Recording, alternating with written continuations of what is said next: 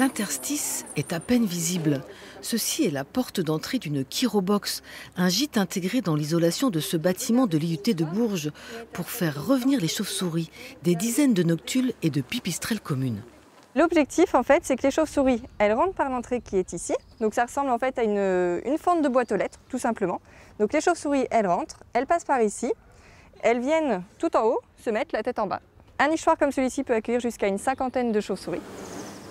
L'intégration des chirobox a été pensée en amont de la rénovation thermique du bâtiment, une innovation inédite en France qui a demandé un peu de force de conviction. Quand on a commencé à en parler en réunion de chantier, il y a eu quelques petits sourires, de quoi on nous parle, mais le muséum a su se montrer vraiment convaincant, nous accompagner là-dessus, leur montrer l'intérêt. Les entreprises ont finalement joué le jeu, et ça s'est plutôt bien passé, ça a été un élément du phasage.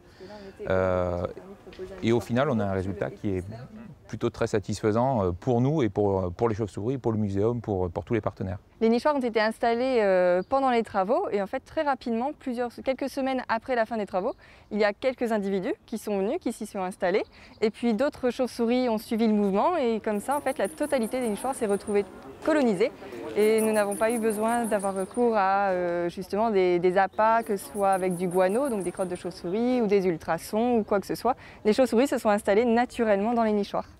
Et comme ça marche, d'autres chirobox sont en passe d'être installés dans un immeuble d'habitation à Bourges et le sont déjà chez un particulier à Saint-Amand-Montrond.